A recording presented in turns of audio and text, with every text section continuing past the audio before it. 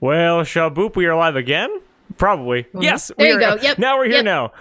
Hey. Okay, awesome. Yay. And if I do this, Discord audio is not working. That is very strange. But yes, to summarize, Indiana Jones, pipe to the face. Kate's here. Welcome back. Yeah, Woo, and here we are now. Woo! Wonderful. Let me just quickly make sure this... Why isn't this working? What a strange thing. There we go. Okay, and I do this. There we go. Wow, that music's loud.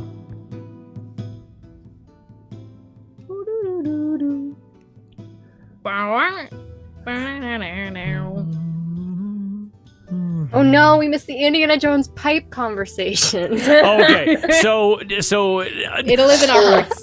So why was your first instinct? Okay, because in a game where we play this and you guys kill a lot of people very frequently, why did your brain immediately jump to the most lewd option when I said he gets hit with a pipe to the face at 80 miles? Because it's funny. That is true. He got piped. He got... But it's not a pipe, it was a pole, so he got pulled. He got pulled. Sorry, I was stimming. Etc. Sorry, I'm stimming. That fucking TikTok. That is such a good fucking video. It belongs in a museum in its country of origin. And then we got that there. I think we're all lower there. So did the movie, and spoiler alert for anybody that cares about Indiana Jones 5, did it involve time travel? I could have sworn. Yes, but like the actual time travel didn't happen like till the end. Okay, like, so that was like the shark jumping that happens in every movie. Yes. Okay, got it. Yeah, because the device he's like driven towards is like supposedly can do time travel, but the actual time travel doesn't happen towards the end. Okay, got it. Which is like, it's wild to me that in the Indiana Jones canon, like, not only do aliens exist, and not only do like ancient blood rituals exist, not only does time travel exist, but the Christian God is confirmed to be a real presence, which is crazy. Is that in the recent one, or is that old Indiana Jones canon? Indiana Jones 1 and Indiana Jones 3, the Ark of the Covenant. The Ark of the Covenant has legitimate powers, and the Holy Grail has healing properties that kept Knights of the Round Table alive for hundreds, if not thousands of years. Yeah. Everybody start praying in that world pretty quickly because... All I remember from Indiana Jones is the ants. Oh, I can't tell you what it's from or anything else about any of the ones I've seen. I only remember the ants. All I remember from Indiana Jones was how hot everybody was. Oh, yeah. Except for the Nazis. Yes. I have not seen a single Indiana Jones movie. That's a lie. You've seen the fifth one. That's true. I mean, obviously. No, I didn't. We got you. No, I didn't. Objection. I wasn't. I lied to you all. I actually did not. I made up about Mads Mikkelsen getting piped. I lied to you, so you could go see Mads Mikkelsen get piped in the theater. Nice. That's gonna be a short for sure. The movie, it'd be like, Mads Mikkelsen isn't even in this movie. Hey, you lied to us. Could you imagine a wild turn of events where somebody watches this and they hear you say that and they go to the theater and then they get out of the theater and they're like, where was the sex scene with Mads Mikkelsen? Like, what the fuck was that lady talking about? Although, Drew, I do have a question as someone who hasn't seen any of the prior Indiana Jones movies. Because in Indiana Jones 5, the way Indiana Jones interacts with his male friends, did they ever explore each other's bodies? Like, did Indiana Jones ever explore? People want to know. I want to know, because, like, he does a lot of this, and, like, he touches his male friends. I'm like, did they ever... He's just a touchier, masculine kind of guy. Now, if he did it off camera in between movies, so... Yeah.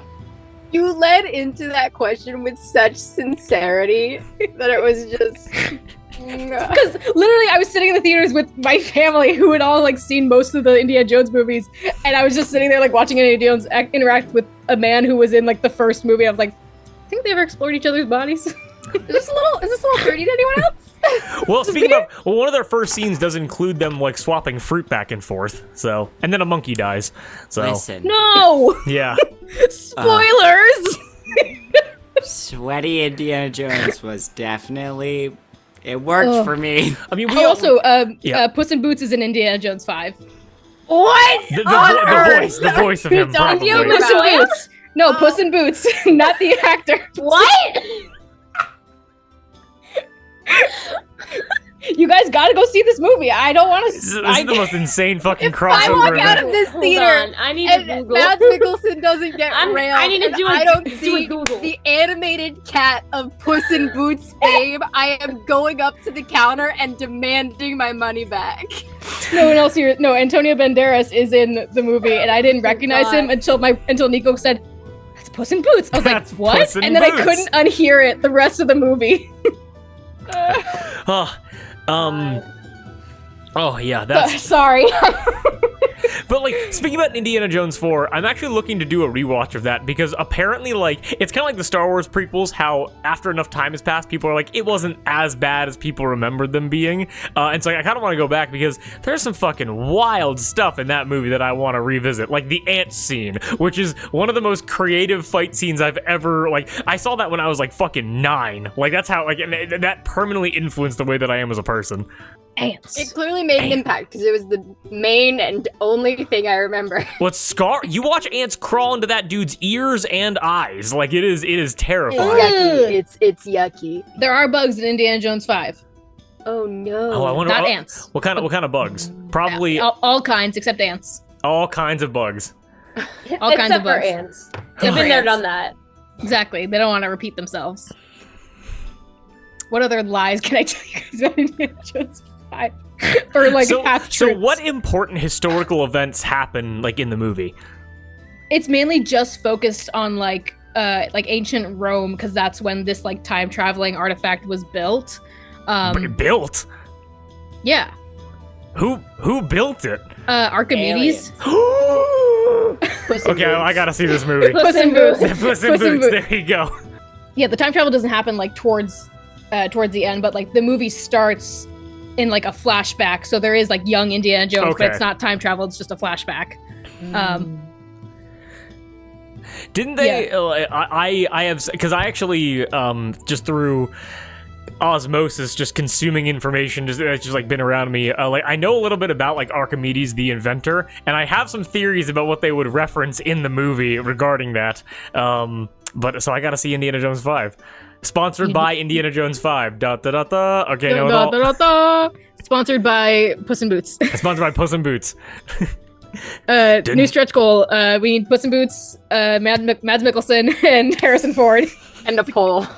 Harrison Ford wouldn't know how to play D&D. I think he was alive when it was a thing in the 80s. I feel like He was alive when. It'd be he was like alive when. it'd be like Harrison, so you're gonna be playing an orc. I'm not an orc. I'm a man. Not a clue what's going on. Okay, any other meme stuff? Any other cultural? Phoebe Waller-Bridge is great in Indiana Jones 5. Oh, she's in it? Yes. Oh, okay, now I'm saying it. Yeah. I've never seen Fleabag, but it is strange to see her in something where she doesn't break the fourth wall. Oh. I bet, yeah. Okay. Trying to think what.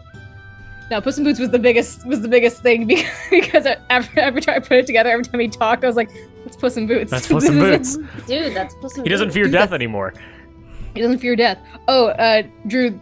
I'll probably see it with you, but there is a very large, like big, strong man in the movie. Okay. Just so you know. I wasn't gonna go see the There's movie also before, I don't know but if this is on par for Indiana Jones movies. There was a lot of killing. yes, there was Indiana Jones murders. He straight up goes to other like for 4 movies he has He gone doesn't to he murders. No, literally. not even by him. Like the bad guys killed so like suddenly and so much. Who were the bad guys in the movie? Nazis. Oh, was it actually Nazis? Yeah. Oh, okay, interesting. Wait, isn't Spoiler there, alert, Mads Mikkelsen's character is a Nazi who's in the flashback, and then he comes back after walking off getting piped. He's still a Nazi. You thought you could pipe me to death, Mr. Jones? Well, you didn't expect that I was better at handling pipes than you thought. Now it is my turn, Dr. Jones, to pipe you. Oh, in I case don't anyone think was you're worried. talking about the same thing here. Okay. In case All anyone, right. in case anyone was worried, last thing, Indiana Jones does ride a horse in this Yeah. movie. yeah, yeah. Oh, yes. Oh, That's okay. all. All right. I don't want to give away the entire movie. Yeah. Look, you just said that it was Archimedes, and I'm immediately like jumping on it because that's fascinating to me. Yeah, and it in the current time of the Indiana Jones 5 movie, it's like the 60s, 70s because the moon landing happened. Hmm. Oh. Yeah, I think they might have jumped the gun with the Russian bad guys. Okay, okay. But with all of that, Yeah. we can talk about. Welcome to the Indiana Jones stream. As you can see, we set it So I'm up. gonna pull up a pirated Indiana Jones 5 right now. Yar, welcome to Palm in the Fist. Today we're gonna be pirating Indiana Jones. And let me Oh just my make sure goodness that everything. Uh. I gotta get some of these cameras just kind of fixed up right here. And we should be. Also, God. Drew, that Tears of the Kingdom Beyblade TikTok you sent was phenomenal. That was so fucking funny. Yeah, Tears of the Kingdom is crack. It's wonderful. People have built Beyblade inside of the game. People have learned to play Undertale. It is sorry, no, not Undertale. Oh, what's that song? I was gonna say, how would you do that? No. Oh, no. Megalomania. Megalomania. There we go. Thank you. Da-da-da-da-da-da. Yeah. But with all of that, anything else to mention before we hop right in? Kate, you're so far away. I know. Yeah, so I gotta get some of the frames updated because honestly, the fact that Kate was able to join us is nothing short of a early Christmas miracle. And so, if we are gonna be having her around more, I'm gonna get the frames updated. But for right now, she must be isolated in the corner. There is no question. Kate, Kate, you're coming. Kate, to more you can't go back sessions. to work anymore. This is my job now. Congrats, This is your work now. congrats, Kate. You're on call. Oh We have you on speed dial. no!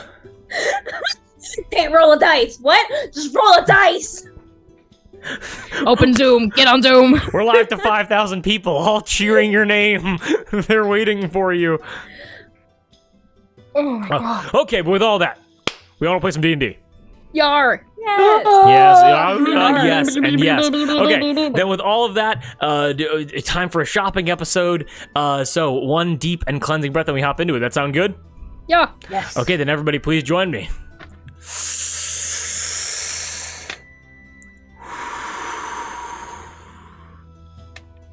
And let's begin.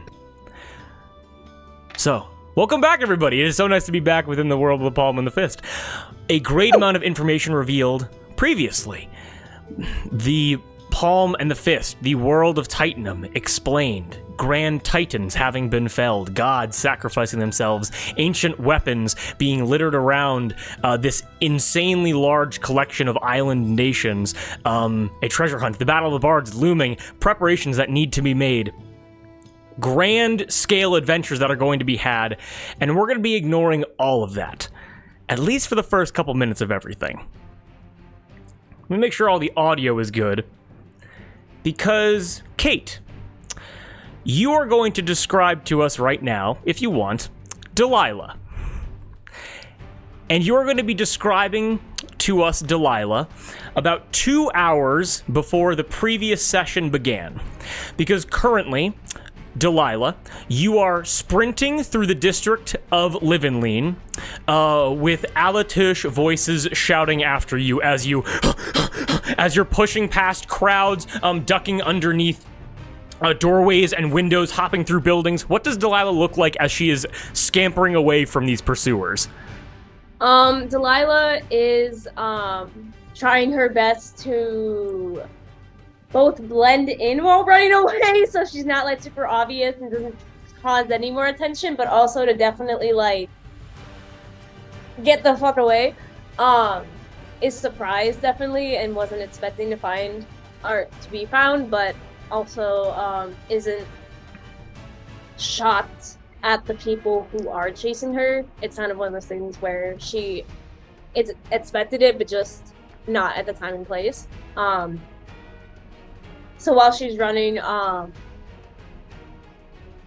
she probably has do like if she has like a hood, something probably like do like in her hood, so she can like doesn't have to carry her or like. As you are whipping it through the alleyways, and what is like so besides like the cloak and like the hood that you're wearing, like you're like leather straps, like what kind of armor, like what kind of clothing is she wearing? Describe her appearance. Sure. So Delilah, generally, wears clothing that is easy to move in, and not too heavy. She does have some armor, but at the moment, I don't think she's wearing it. She more saves it for, like, if she's doing a battle like she did in the well or something a little bit more, like, an actual battle. So at the moment, she probably just has some standard leather armor on. I think she has some jewels adorning her, like a necklace or some sewn, like, onto her blouse or something. But for the most part, it's not the most expensive clothing. It's not the most upscale, but it does what it needs to do for her, and it's cute, but it's nothing like nothing. It's more functional than fashion. More function than fashion. Just to kind of like just give some description. A bruise across the side of your face, a pounding in the side of your head, as Brigands Brawl, the Brigands Bench battle with the remainder of Rochi just happened maybe 15 minutes ago, and as you are sprinting away from Brigands Bench, you're able to hear, "She's going down the alleyway! Arigo! As you hear these people, like, calling out your position as you're able to hear. Give me a quick perception check. I was just about to ask if I could roll a perception check. That's pretty good. That is a perception. That is a 18. 18? You are 1, 2, 4, 5, 7, 8. You hear about, like, because, you know, in a language that in Alatush, and a language which you speak, parroting in between them, kind of calling out positioning, you hear at least 8 separate voices in a semicircle, all rushing towards your position. You said like 8? Yes, 8 voices currently. Now you do have a lead. You have a lead on them as you like, because you know you are one person snaking through. You're trying to get away, so you do have a bit of an advantage. You said that you want to move in a bit of more like clandestine kind of way, correct? More like in the alleyways and stuff to Okay. keep off of like the main roads, and to try not to cause any attention in case like whenever they're coming by, to be like, oh, did you see a woman? Kind of like trying to stay more to the shadows. Okay, got it. So would you want to move, I'll tell you this right now. Do you want to move faster so do you want to get away faster? Do you want to move at like a normal kind of pace, or do you want to take it exceptionally slow? Probably more like a normal pace. Normal pace? Okay. Then I just need, I need a stealth check. Give me a stealth check first and foremost. That's a tasty 10. Tasty 10? Hey, she's back. Okay. Tasty. It's okay. Always trust that it is me. If you roll low, I'm the best person to roll low against. And now give me an athletics or an acrobatics check, as you are just trying. Now, the stealth check was to remain as, like, you know, as undercover as possible. This is going to be for how well you're able to kind of navigate these environments. It's the same either way. A 6. You got a 6. I also need you guys to know I had a +5 to stealth. Did you get a nat 1? No, okay. I got a 5, so I got. But for athletics or acrobatics, it's 6. As you are hood up, I would assume, to cover up your tiefling horns. As you're moving throughout the crowds as pirates go, "Way and it all for me, Grog!" As you were just like these ales, mugs clash over you as you kind of duck underneath. Swords drawn, fights going on. You kind of like duck. You roll underneath them. You shoot down alleyways. You go up. You go around. And as you are, so right now you see a packed kind of road in front. As again, Live and Lean is just like a maze of buildings, residential and for libation. You see a packed road in front of you. You can hear the voice voices a bit farther behind you now. Do you choose to go down the packed road, or there are also like alleyways kind of splitting off, isolated, not many people, maybe like some people relieving themselves, kind of taking a break from all the action, but like kind of more isolated down there? Which way would you choose to go? So you said in front of me there's like a crowd of people, Yes. kind of like blocking the way. How many yes. people? Like how big of a crowd? It seems like most people are kind of outpouring from their buildings to like enjoy the full moon festival. So you might have a better chance moving into the crowd of like disappearing into the people, but you could also split off into the shadows of like nearby alleyways. Make sense? Yeah. I think Delilah's gonna consider hiding in the crowd, but want to keep going and get away. So she's gonna move down the alleyways. Okay. Delilah, as you peel off from the bless you. As you begin to peel off down the alleyways, you're able to see, again, these like towering, leaning buildings, architecture that's designed more like a jungle gym than like legitimate city blocks. As you're able to see, glimmering in the moonlight and shining, just kind of shining from the torchlight, all like the contained torches lighting up these streets, you're able to see bows in hand, arrows knocked, archers running across the rooftops around you, and you watch as they move past your location as you shoot into the alleyway, seemingly having not spotted you as you kind of ducked in. Okay. Make sense? Could I cast fog cloud? That way they won't be able to actually see me from up there. Certainly. Yes, you may. You can call fog cloud. You can, I believe, you can spawn that, I think, 30 feet away from you. So if you wanted to draw attention to the crowd and be like, she must be somewhere in there, that would work. Yeah, could I do that? Absolutely. Yeah, go ahead and so you cast fog cloud. What does Delilah's fog cloud look like? It's fog. I'm trying to think in my head describe it. I'm like, it's fog. I would imagine it kind of like is a little bit more like higher up though, not necessarily like fog near your feet or something, but more like you don't see it like in front of you, but the like if you look up, it's like gets a little denser, kind of like. Okay, got it. Like you can see in front of you, but then in the distance, and then if you like you look up to farther distances, you can't see.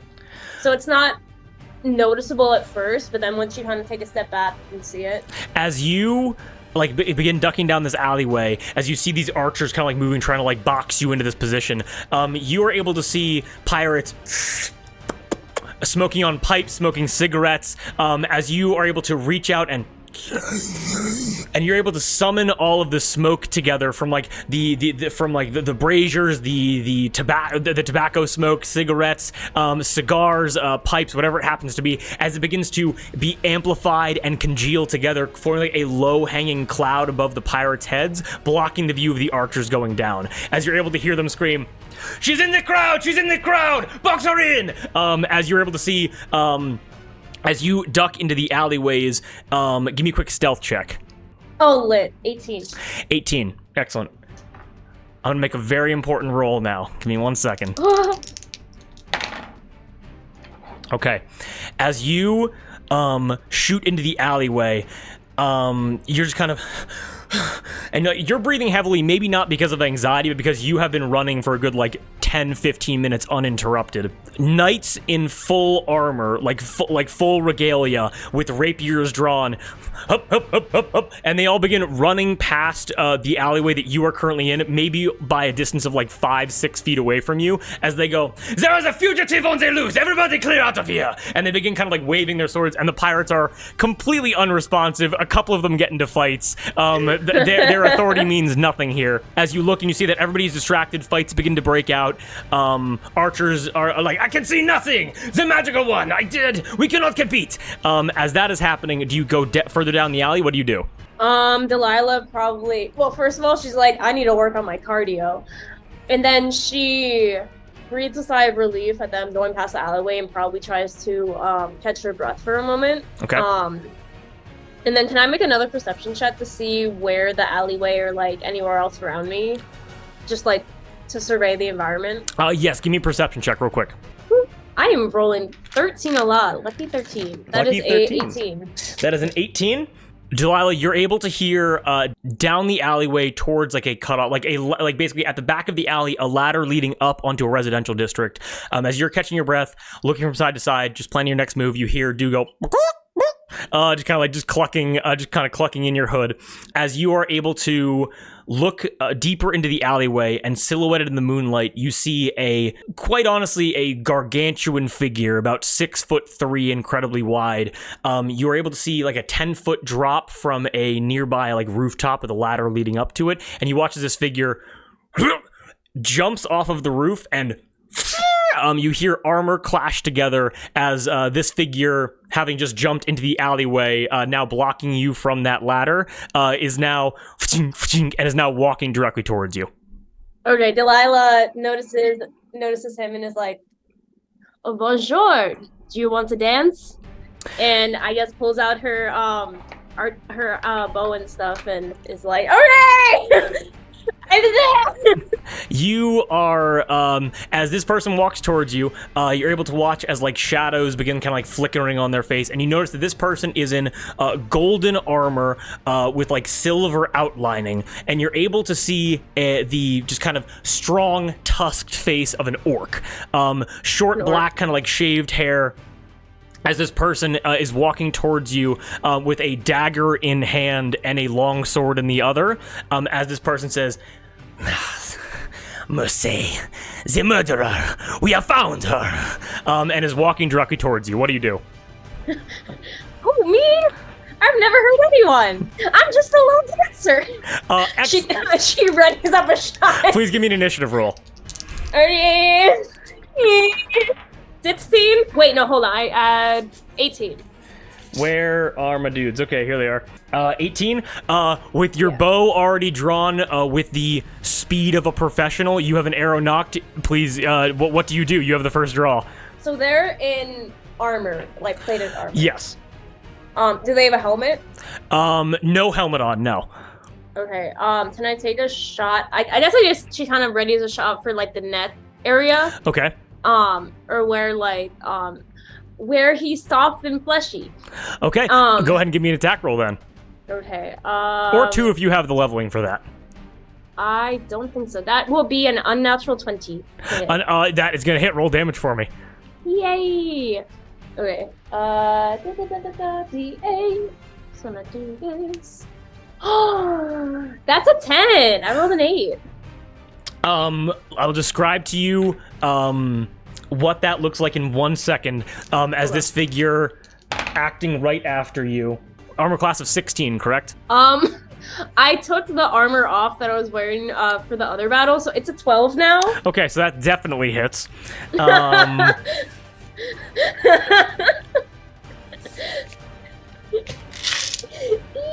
gotta get more dice. She has some nice armor, but it's very heavy. It's hard to run.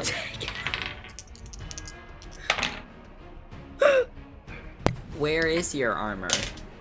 Like on you, or did you leave it behind? I probably left it somewhere. Don't worry, girl. We'll take you shopping. I'm sure I have it somewhere. Delilah, you're able to see light flickering. Again, lights flickering around you.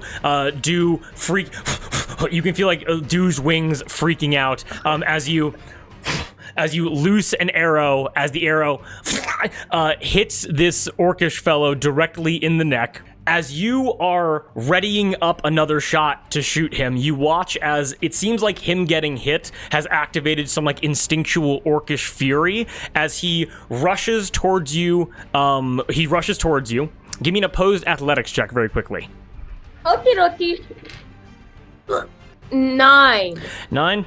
Delilah, sheathing his dagger, you are able to watch as this orcish man, as you're fumbling with your bow just slightly, as you get an arrow knocked, he knocks it aside. You still have it in your hand. One arrow just kind of scatters away as you can feel a gauntlet hand grasp around your throat.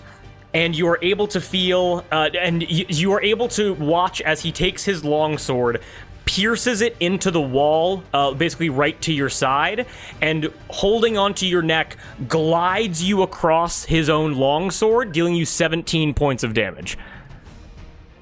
What the? Okay. As the arrow, as he Bro, is... turning her into the meat slicer at the deli counter. How are you doing on HP, by the way? 27. 27. Just kind of go along with this like in a role play fashion. This cut is whether or not whatever reaction you would have physically to this. This is a deep cut that you need to find a place to rest right now. It's not good. As he grabs onto you and says, murderer.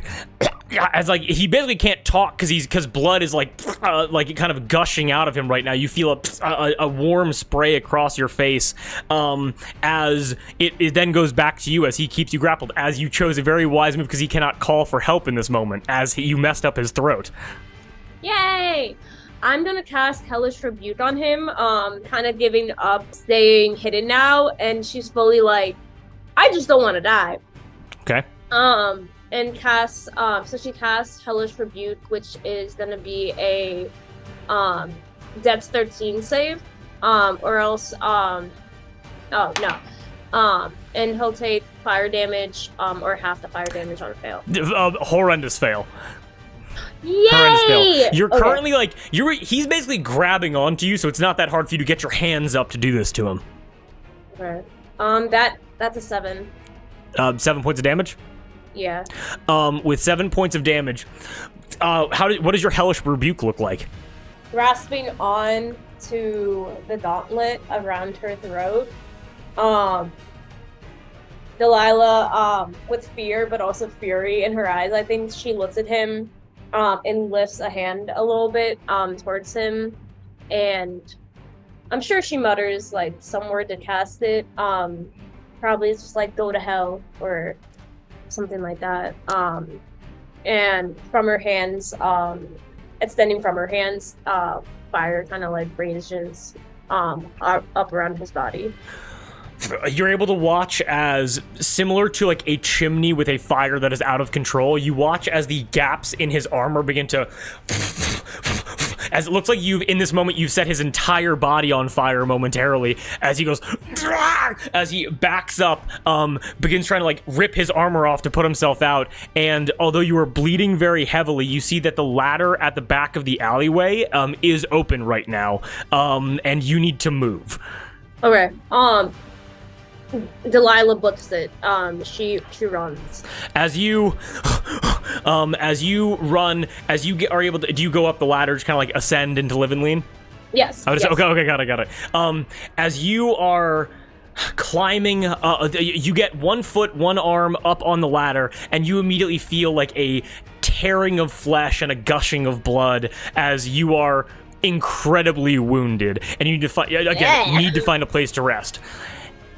And with that, the next about like maybe 15-20 minutes to you are a blur, as your body begins to lose so much blood that you kind of have a foggy memory of the remainder of the evening.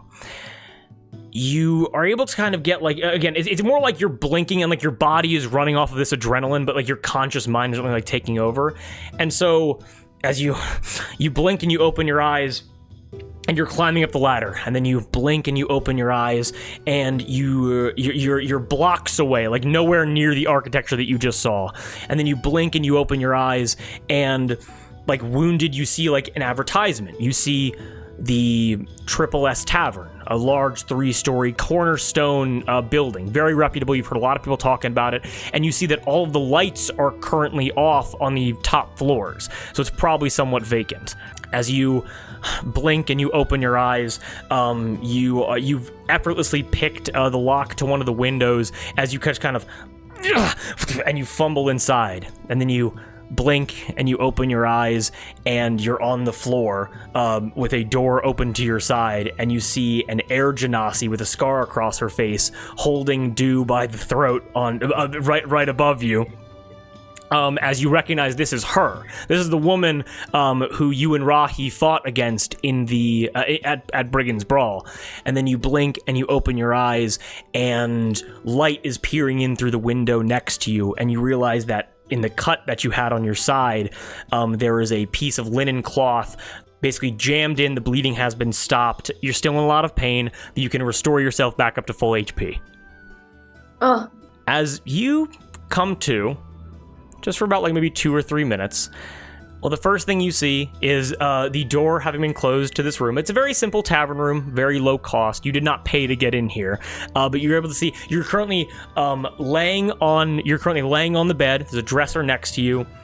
There is like a small desk and chest, and then just a small walkway leading back. There's a window, sunlight peering through, and then a door that can open out to the hallway that you climbed in, that you basically climbed into. Inside of this room, you're not alone, as Dew is just kind of and just kind of pecking around at like some seeds on the floor, seeds which you did not place there.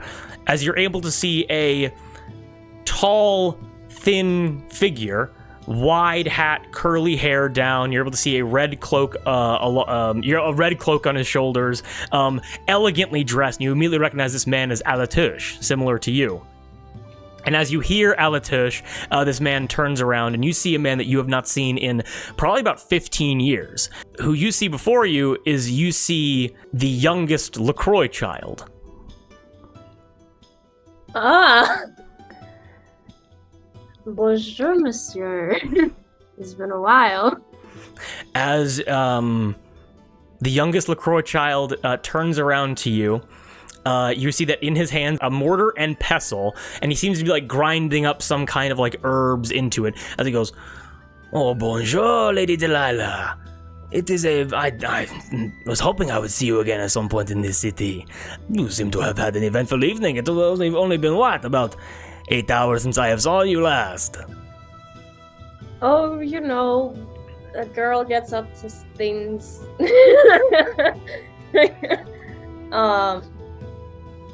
I guess it's good that I ran into you. I saw the Blue Genasi. Are you with her? Or... Now that is a complicated tale. As the Duke continues like grinding this thing up, you are able to watch as he takes a small little vial out of a pouch. He pours this combination. Of like herbs into this vial, and then takes out a canteen of water and fills it up as well. He corks it, shakes it up, and it becomes a deep red liquid. As you can see, that's Genasi. Her name is her. You fought against her, and there's a whole marital dispute between Rahi and her, which honestly I do not want to get into. It's very complicated. I'm kind of just staying out of it. And honestly, I'm just happy to have someone here who I can speak in my native tongue to. So, yes. And then the Duke looks at you and goes, "How long ago did you leave home?" Oh boy. Quite a while now. Just, you know, my time there was done. Though I guess it seems like it's not done with me yet. But I've been in the well for... No, the arbor, sorry. The arbor for a little bit now. Here and there. He comes over and he gives you this small vial.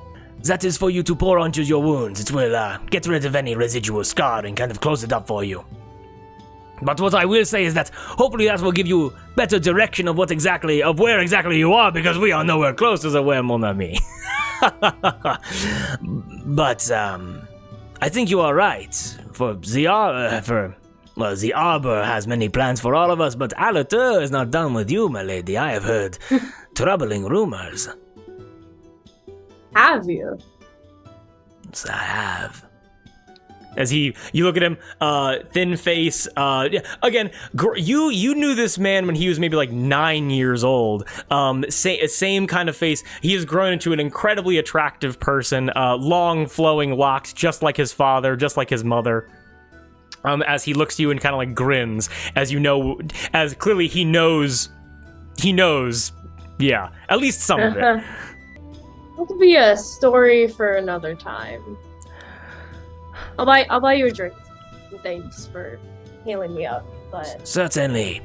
And if I may be so bold, I think it would be unsafe for you to go back into this wild and chaotic world without some people by your side, unless you want to get more cuts like that one there.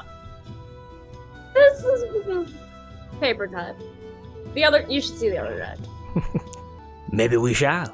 But he does look to you, and as he extends a hand out to you to kind of like help you up off the bed, do you accept? Yeah, I think so.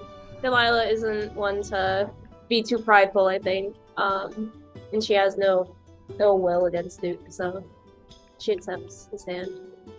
As he helps pull you off of the bed, he looks over to you and goes, and by the way, I'm just a friendly person overall, but what I do just want to let you know is that the people here, you might know me by a different name, but I have earned one that has gained me a bit of more respect. So if you would not mind, please just refer to me as the Duke LaCroix.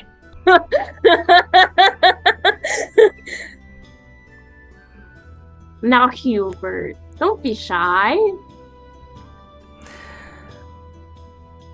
If you were any other person, I would stab you in the throat for saying that.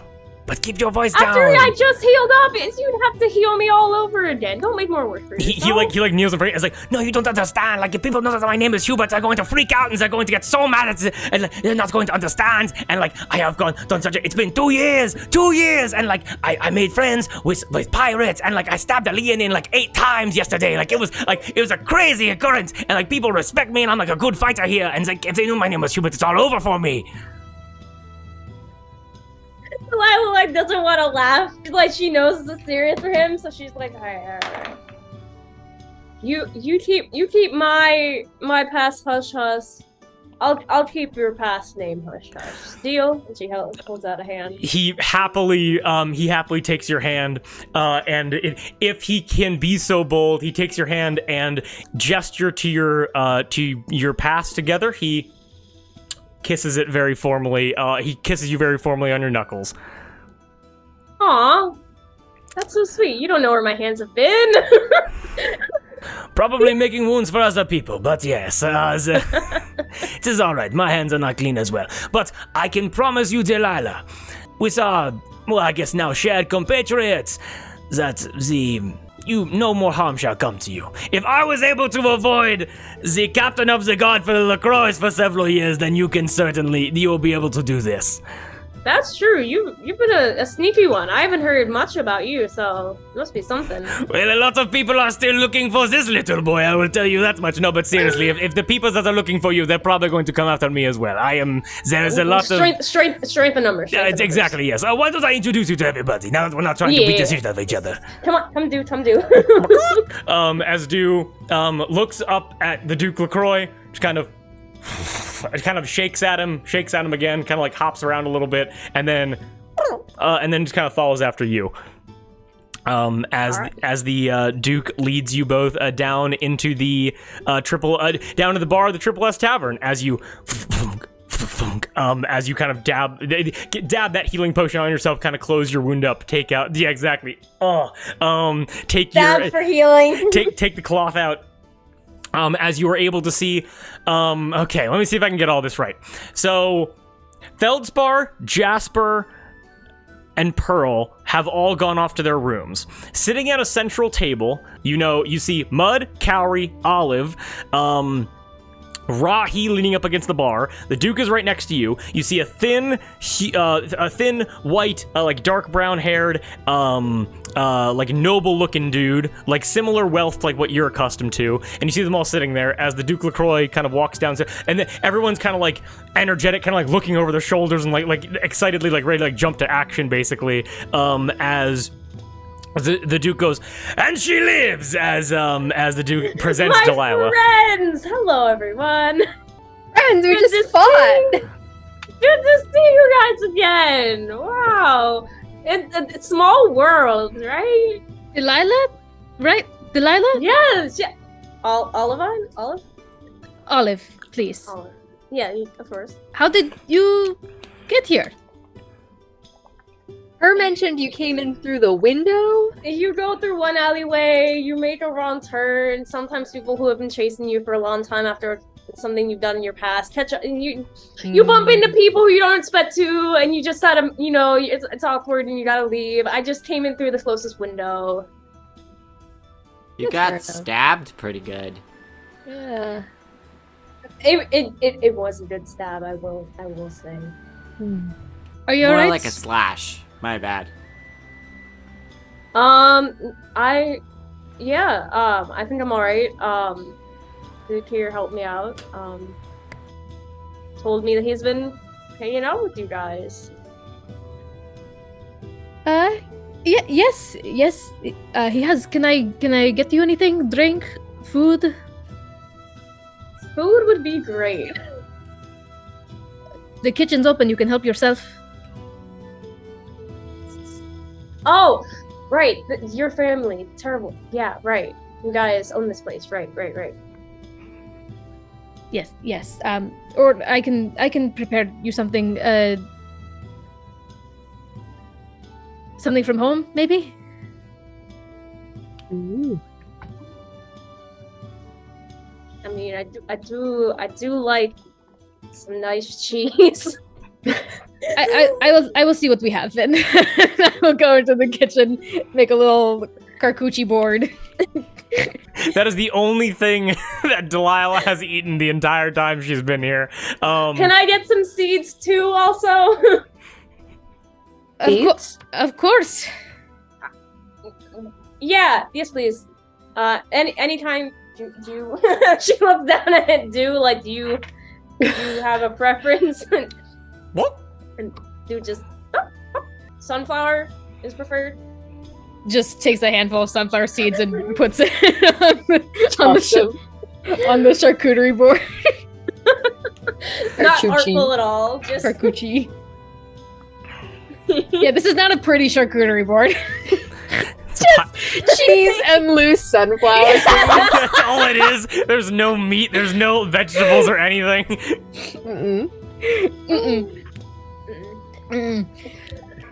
What if Delilah was lactose intolerant?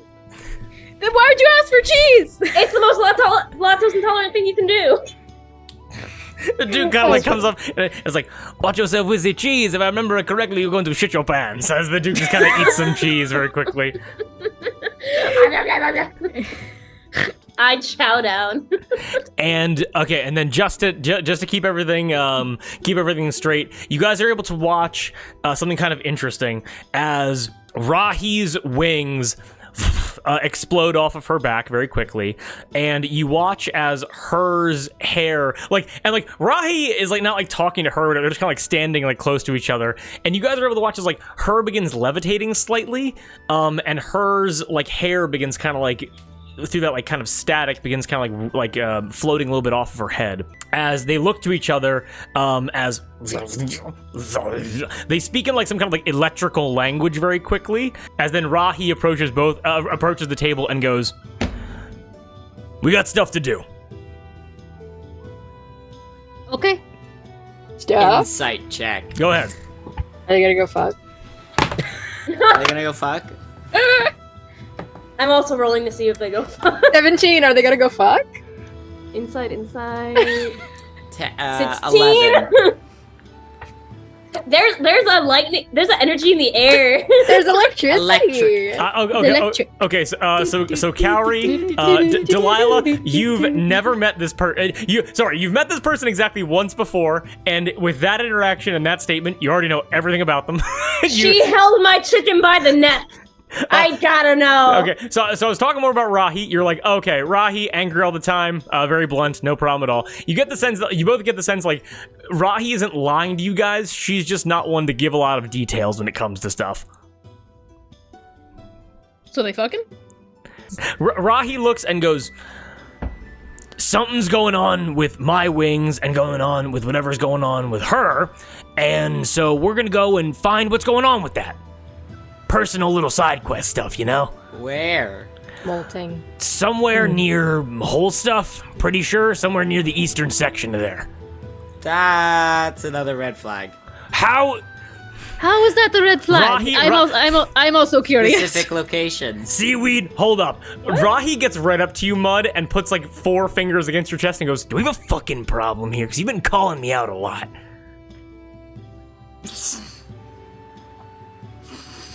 No. Looks back to her. Her just shakes her head very gently, and Rahi puts a finger up right to your nose and goes, "Watch it." Your hand smells bad. We're leaving! As Rahi, wings already extended, pushes off, grabs her already levitating, and it's fully like a cartoon, like, as grabs Like her. the hook coming off from upstage to grab. No, for real. And they both explode out of the front door of the tavern, shoot directly up, and her and Rahi are completely gone. Make good choices. Her hand smelled like an electrical fire. I didn't like it. That tracks for her. As Rahi and her are completely gone, Tior looks to all of you and goes, Delilah, would you, I am Tior Fedorov, you have been stabbed, what, do you have a surname, or is it just Delilah? I can't remember. I don't think so. That is okay, you lost a lot of blood, Duke was giving us hourly updates, and we did not think you were going to make it, but I'm so happy that you did. The Duke is like, you were messed up, what am I supposed to do, like, we just kept putting cloth on you. Oh, I had a healing word. I could have. Oh. Don't trouble yourself. You don't know me. Yeah, that's correct. You shot a lot of arrows at us. Even though we did beat you. Sorry for throwing your friend through the wall. I was gonna go throw you through the wall, but then you were too far away. I'm glad it wasn't me. You're a good Not shot. gonna lie. Oh, Yeah. thank you. You too. Thank you. What are you guys what are you up to? What's Well, we are. Going shopping. We do have some errands to do in the morning. Yes, but Battle of the Ball. No. yes, long term. Festival. Yes, I hope you've. I hope running from your past hasn't stopped you from enjoying the Full Moon Festival. No, it added to it, honestly, you know. It's always nice to see adrenaline. old friends. Yeah, good. And we are participating in the Battle of the Bards. If that's something you'd be interested in joining. I mean, if you'll have me, I'm not gonna barge in if you guys have a full team set up, a full band. We've kind Barred of been going in and out. Like people are coming and going, sort of. Okay. So it's like a getting rolling kidnapped, getting members of the band. I A see. revolving yeah. door. Yes, I'm hoping. Alright. Though I'm hoping that her and Yorda will be back in time for the Battle of the Bards. We would love to have you. I think you'd be a very valuable asset. Can you sing? Or play any instrument at all? Or dance? I can definitely do some like percussion and stuff. Ooh. Is it like the kind of percussion that people call artistic, or is it like actual percussion? You'll have to find out. Okay. I'm into it. I can keep a beat. That's all that matters. And we know you're good at Do a fighting, sick so ham bone. I can keep a beat and I can beat up other people. Hey, there we go. Then Yeah, it is that's all settled you then. need. I will not be participating. I am so happy. Eto! You leave me here alone. What do you want me to do? I'm not very good on stage. When I get in front of people, I get to sweating. I kind of shake a little bit, but whatever the case. How else to get the name of the Duke out there and get people to love you? Put on a good show. He looks to you and goes, "It's been more of like a grassroots operation up until now." All right. does your chicken fight with you, or Oh yeah, she's a great singer. Sorry. you said fight. In my mind, I thought you meant like. I think it's excellent. She does like a battle cry. I want to hear this chicken cluck the national anthem of the arbor. National Bark, bark, bark, bark, bark. Hold the tune. She knows her scales. That's very impressive, Reggie. Can you demonstrate?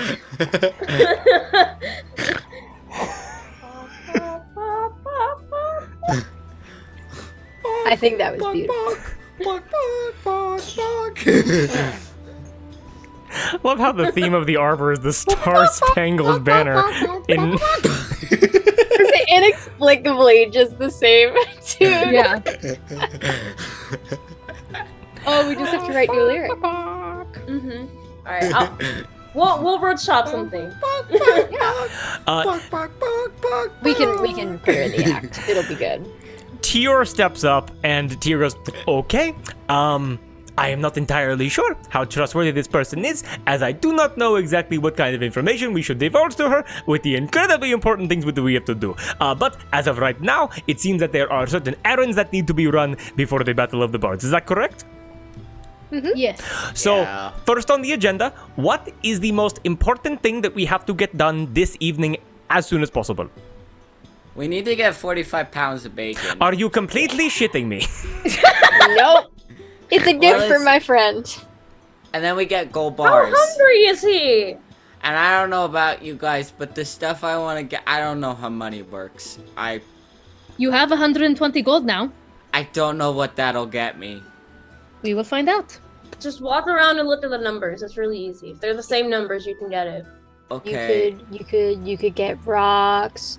You could get string. I feel like You I could could get get rocks and string, clothes. like, Several free, hours though. go by of just Calvary listing all the things that you could buy with 150. All the things that You can exist. get that money You can could buy. get beer. You could get jewelry. You could get. The sun you could get rises some and sets and buttons. rises and sets. Mud is just like face down flat on the table asleep. Just You could get nails. You could get nails. I could get my Like- nails done. You could get your nails done or nails to repair a ship. You know, see, the problem with getting my nails done is when I freak the fuck out, will the manicure stay or will it get fucking wrecked? I mean, we should test it out. I mean, I'd rather spend money on food. Okay. Okay. Can I have another potato olive? Get the kitchen's open. Get whatever you want. A Looney Tunes dust cloud of where mud used to be. Okay, but with all of that, let us go and get your friend 45 pounds of bacon. I kind of like open up the bag and hold it towards him, and I'm like, "Bagman, wave hi to our new friends. You guys We're gonna see get you some it- bacon soon." You guys see a gaunt, horrific, gray arm shoot out of the purple bag. What with, the like, fuck? with long black fingers, like sharpened into claws, go, and then disappear back into the purple bag. What the fuck? Pulls it back up. That's my friend. That's why you need the Delilah bacon? like cowering down. Delilah's like, all right. Well, That's yeah, why because I put the gold in the bag because I didn't know that he lived there, and so we're trading to get the Oh, gold that back. makes It, sense. it's That a makes business transaction. Yeah. sense. Makes sense. Olive, you would know where to go to get the bacon whenever you guys are ready. Yes, I do. Because we haven't had a long rest, right? This is the same night as last session. So no long rest since last session. Yeah. So you got a long rest after Brigands Brawl, and now you're Yeah. still on the same evening. Make sense? Maybe Yeah. we should go to bed first. I mean, I can't speak for everyone, but I feel fine. I mean, Not- I'm fine, but also it's dark outside. That's when, They have unfortunately, lanterns.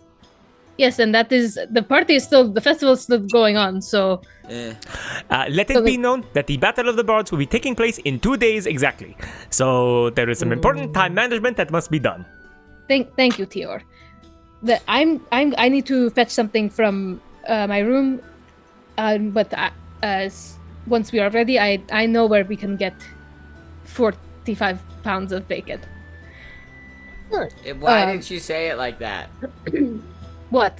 Like it was a back alley deal and not like we're gonna go see a butcher. It is fun. It is silly that I am running around looking to get 45 pounds of bacon to exchange with an eldritch being that lives in a bag. Well, when you put it that way, yeah, I can see it. I will be right back. And I go to my room. Can I make a quick sleight of hand check to grab Emmons' crown from the bar and take it up with me? Do you want to do it stealthily or just want to grab it?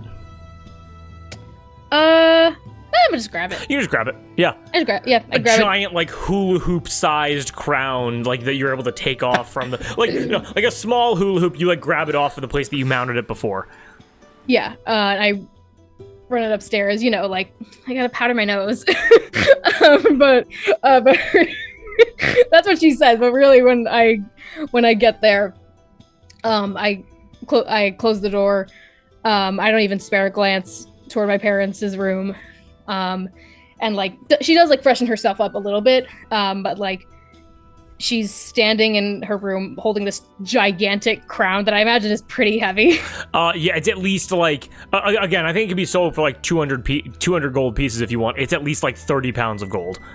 Yeah, she tosses on her bed, like actually freshens up, and then as she turns to leave, she picks up the crown, like faces herself in the mirror she has in her room, and like puts it on her head, like in like knowing that it does not fit. Like I think the front of it is like here, and the rest just like kind of hangs down. And she kind of just stares at herself in the mirror for a second, wearing this. A few beats go by as you look into the mirror and you see this ill-fitting crown atop your head. And if I could just get like a sense of where Olive's headspace is at as she does that, like what's going on?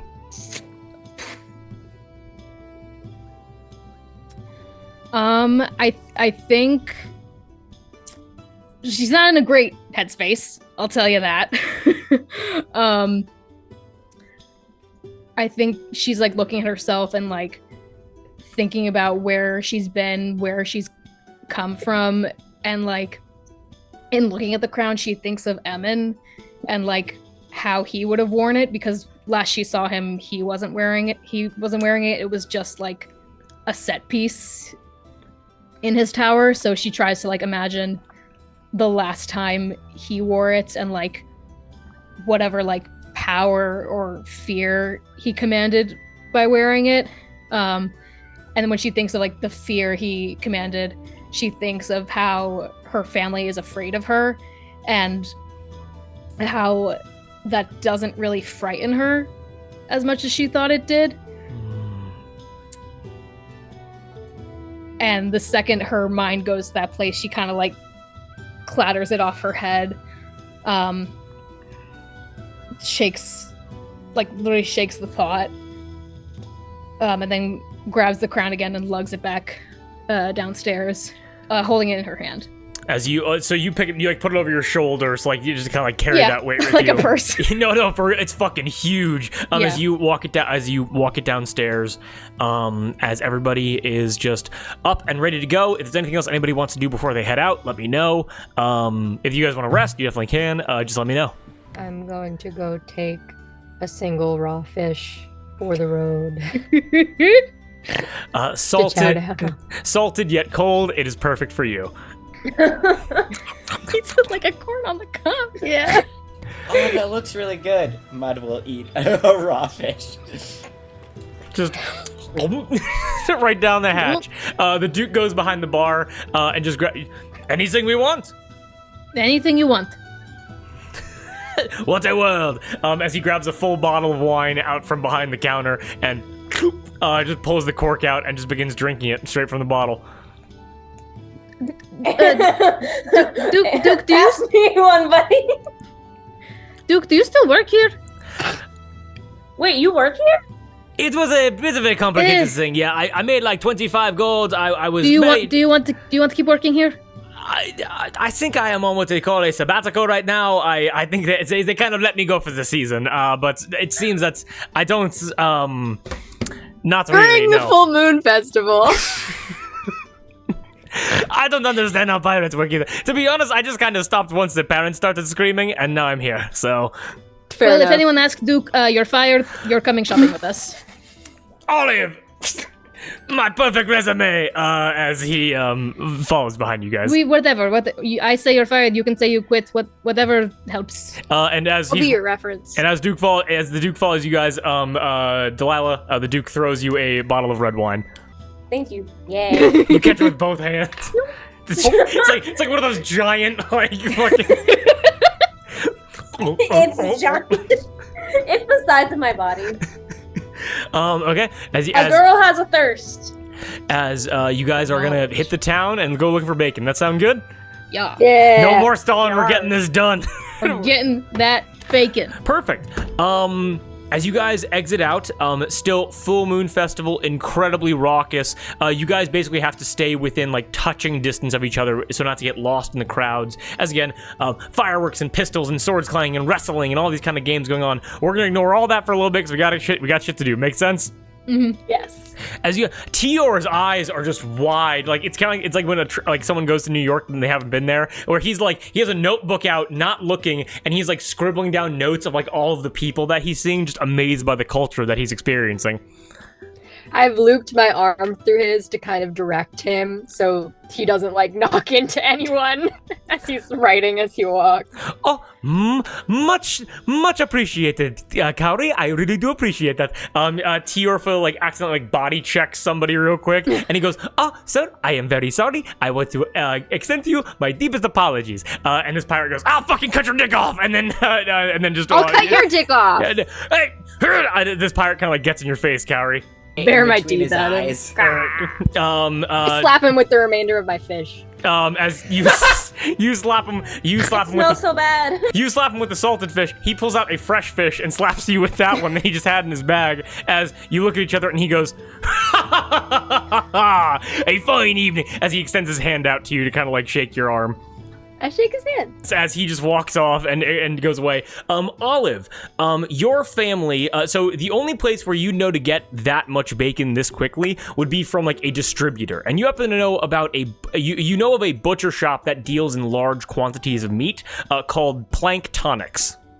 Planktonics? Yep. Like a camp counselor, I'm leading the way to Planktonics. Everybody stick in line. Everybody. Jacob, you're at the end. I see you at the end of the line. Mary, you're right up here. Everybody. I say camp counselor. She's like the camp counselor that couldn't give less of a shit that everyone loves. Kaori and Tior arm in arm. Delilah and the Duke buddied up. Mud and Olive all buddied up. You guys begin to trail off. About 10, 12 blocks later, you guys come across a shop. Again, everything is built over itself into each other, and you guys are able to come to a ground floor shop with a big sign, blue ink on it that just says Planktonics, and then pictures of pictures of chickens and cows, and then like equal symbols, and then steaks and drumsticks and things like that. Delilah, maybe your chicken should wait outside. We've had the talk. She knows. Okay. She knows we're not bringing her here for. Oh, that's probably yeah. We'll stay outside. Or actually, I'll just. I brought some of the sunflower seeds. I'll just make a pile. Duke, can you watch the chicken? I shall certainly watch the chicken. Thank you. Or yeah.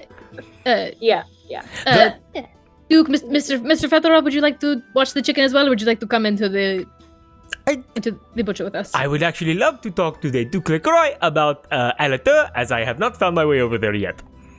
Wonderful. We'll be out. This shouldn't take long. We'll be out shortly. The moment that the Duke puts his hands on Dew and kind of like picks Dew up, Dew starts having the biggest fit you've ever seen Dew ever have. As he goes, bastard of an animal! Just stroke her and then sing her a song. She'll calm down. The Duke begins singing an Alatush lullaby and begins kind of like petting the back of Dew's head, and Dew does not calm down at all. With that, you guys are able to enter into the butcher shop if you so desire. Yeah. Okay. You guys enter into the butcher shop. I'm gonna be really quick about this. What you were able to see initially, slanted presentation tables, full of salt with different like some wrapped in paper, some just kind of loose. Fully salted cuts of pork and steak and chicken. and different kind of things like preserved offal. Basically, you're able to see kind of like jerky, dried meats, things that would last a long time at sea, basically. And you're able to see a very small shop for what you guys are walking. You're like, it's clear it must be bigger somewhere else rather than this like initial area. As you see, this like 4 foot tall, like stocky manta ray locatha, kind of like. And like walk out of basically walk up a couple stairs out of a doorway and then come up to the front the front of the shop. I'll send a picture to the chat if I actually can find him in like 15 seconds. But what you guys are able to see is he has nope, I think you might be lost to time. Well, that's okay. He's got like dark blue, like fish, like scaly skin. He has like big, like cephalic lobes, like on either side of his face, like those like big flaps that manta rays have. He has a tattoo of like an anchor on one of his arms. He has an apron like splattered with blood, and he's holding the apron's like holding carving knives and like pouches of salt and like other butchering tools. And he stops in front of this like kind of low counter and kind of looks at you guys. Good evening. I will cut right to the chase. We need 45 pounds of bacon. You came to the right place. He immediately heel turns, spins around, you watch him go. As he waddles down the stairs, you're able to hear. Well, you don't hear any live animals. He's clearly like carving things off of like carcasses that are hanging in some kind of like under. He was just like, all right, Piggy. All right, one second. Let's go. Jesus. All right, Piggies, you're not going home tonight. As you are able to, you hear like the sounds of like carving, basically. As he comes back up and in a big like metal bowl, basically, because you guys didn't tell him to like package it or whatever. He just takes 45 pounds of raw like strips of bacon and like kind of puts it directly onto this like low table in front of you. Let me actually give me 1 second here to just do the math on this. 1 second. Is that how much we need for the amount of gold bars, or do we need more than that? I feel like was it 45 pounds of bacon for 1 gold bar or for all of the gold bars? I will answer that question in world in a little bit. As he looks to you guys and he goes, 11 gold. 11. I got it. And Mud will fully take out just a handful of gold, look at it, look at the guy, and then back at the group and be like, I never learned how to count. Oh, He just starts to hand the handful of gold over. Oh, 1 second. I count it out and hand him 11 gold. 11 gold into his hands, taken away as he just pushes this he goes, bag or just hands? Hands. Yeah, we have a good bag for it. Yes. Yeah, can you put it in that We bag brought right there? we brought that to go bag. I'm gonna open the bag right next to the counter. I'm gonna peer down in. I'm gonna say, Bagman, I have a trade for you. And I'm going to sweep the bacon into the bag. Well, let me be very honest with you. This is going to be like a 3-person job. As you guys know that challenge of like I'm doubling the eggs every day, and it requires like 3 people to get like the huge metal bowl up. That's what you guys, because it's 45 pounds of meat. It isn't like a simple like it's more like a. That's like a 9-year-old child. No, for real. It literally is it's like Bagman, I have a treat for you. It's all like hundreds of strands of bacon begin just funneling into this bag. Some fell on the floor. Hang on. Did he want it cooked or just raw? Oh, I don't think he minds. As the calories, after all the bacon is into the bag is so greasy, it's so hard to hold on to. As you're holding on to it, do you keep like the bag open? What do you do? I keep it open in case he wants to throw a gold bar out. 10 seconds go by, 15 seconds go by, and you're able to hear and you hear 2 claps. And you take 2 points of damage as a gold bar shoots out of the bag and connects directly with your cheekbone, like knocking your head back like an uppercut. Are you okay? Yeah, I'm good. Thank you, buddy. Was it just the one? I think so. Sorry. 1 gold bar shot out of the bag. You guys remember that it's 45 pounds of bacon for every bar of gold. Okay. So wait, so how many gold bars are there? 6 total. Okay, so I have the math right in front of me. You guys now need to get the... Okay, so I'm just gonna give it to you straight. 59 more gold pieces of bacon will get you the other 5 gold bars. Make sense? Yeah. So if you give this dude 59 gold, he will give you the bacon and you will get those 5 gold bars. Make sense? Excellent. Yes. Bet. Yeah, I like. Does the shopkeep have any reaction to this? He watches, well, he looks at you and goes like, not the weirdest thing I've seen. What is the weirdest thing you've seen? He kind of like looks down a little bit and goes, a guy, he once came in and said, I want to be a steak. And I said, like, how? Like, and because I don't deal in human meat, that's like some Eastern stuff. And the dude was like, no, I want to like just become a big piece of meat, like with like legs and arms and stuff and like a head. And I was like, man, I don't know what to tell you. And then he slapped the biggest satchel of gold I've ever seen on my table, and so I made him like this big like meat costume of like I basically like hollowed out most of a bovine, and then I made like arm and leg holes for it, and then he was like, I'm the meat man, and he clicked his heels and he ran out. Oh, I know that guy. Yeah, everyone kind of knows Craig, so Write it down.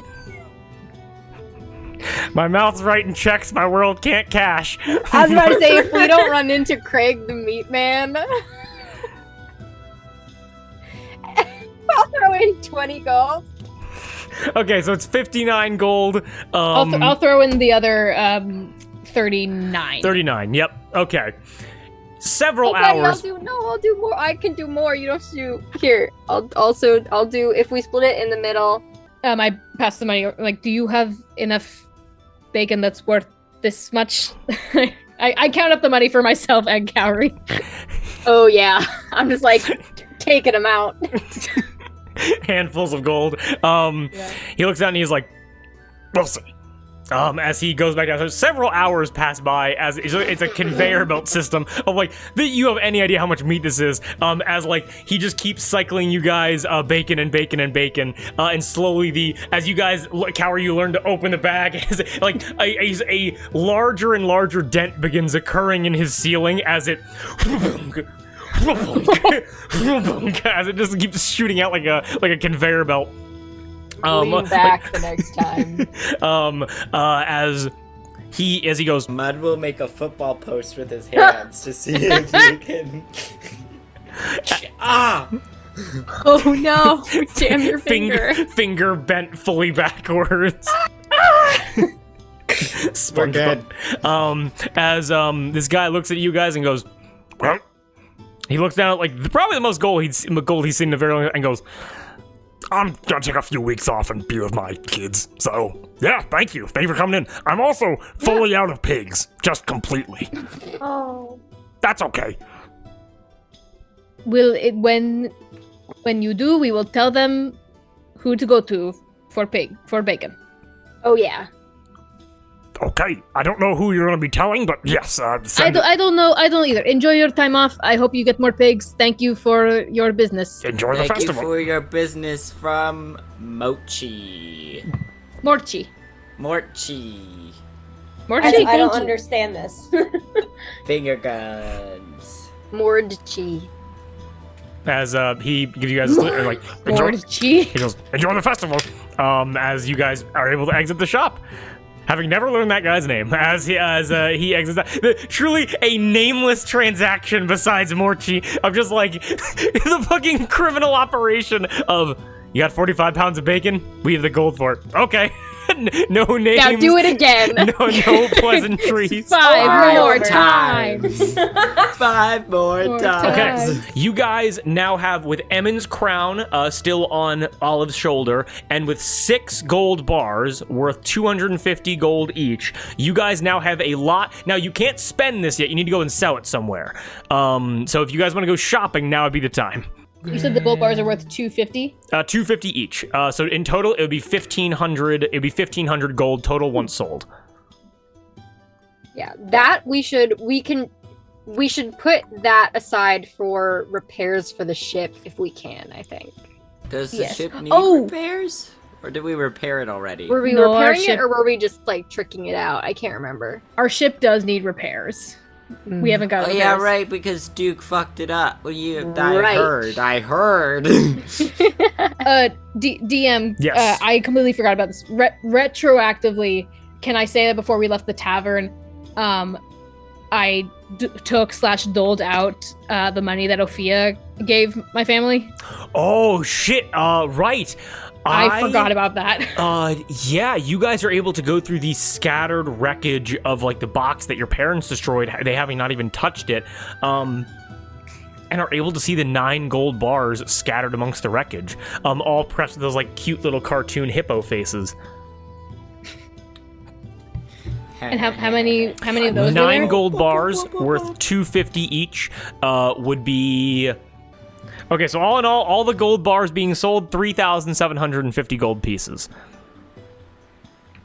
That is almost enough to get her out of debt without having to kill Phoebe's ex-husband. How much was it in I total? know it is. It is. No, so that's enough to get her out, but then the Duke looks and goes, I Oh, still have these right. on my wrist, so... Yeah. How much was it in total? 3,750 gold pieces. And the best way, I would say the easiest way to do this, if you guys want to divvy it up to like shop and stuff like that, would be divvy it up amongst everybody, taking into account so basically make a ship fund where the ship gets an equal share. Make sense? Yeah. Okay. So instead of dividing it by 6, divide it by 7, and the 7th person will be. And I don't. It's like the Duke looks over and goes like, "Now I'm not going to be asking for any kind of money because I didn't do anything to help you guys get it. I did wreck the ship in the first place. But is Delilah going to be getting the money? She just showed up about 20 minutes ago." No. Yeah, I wasn't gonna ask. Do you have money? No, but Inside it's your check. money. Insight check. Roll. We'll cover you if you want to get stuff, especially since you were gonna Yes. help us out in the Battle of the Bards. I'm broke, bro. If you see something you like, we will get it for you. But no offense, we're not giving you money. None If you taken. want a lollipop, you have to ask. Okay. Including the ship fund, Yes, which Mom. we'll put in the Google Doc of like how much money the ship fund will have. But I'm divide doing the math right now. Don't worry about it. 535 gold for everybody, including the Yeah. ship fund. Nice. And we can talk about. Let's just put aside the Delilah fund for when we all trust her enough to give her the cash. This is 10 pounds of money It's a lot of money. That- per person. That is what shopping is for. And lucky for you, we know a place to go. Okay. I'm I gonna know run to I the bathroom want real stuff. quick. and You go right Mom ahead, will yes. Pull out. But I can't buy anything anyways. Go right ahead. And as we all, as that gold can be divvied up, we're gonna take a short break before heading over to, I think, the Impulse Thrill of Buy. Life. Yes, we talked about that. Yeah, the Impulse Yeah. Buy with Thrill of Life. So you guys can do some shopping. Sound good? Yeah. Okay, we'll be right back. Thank you if you're joining us, and we will see you soon. Woo! Woo! We're rich.